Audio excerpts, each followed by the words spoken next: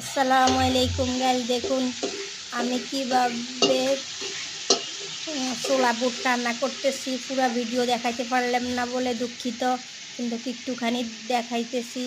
সব মশলা দিয়ে ভালো করে কষিয়ে তারপর ছোলাটা ফেলে দিলাম ওই যে কষানোর এর মধ্যে। তারপর দিয়া লাস্টে দিয়ে আমি কি করব জানেন, ছোলাগুলো যখন ভালো করে কষানো হয়ে যাবে তারপর আমি এখানে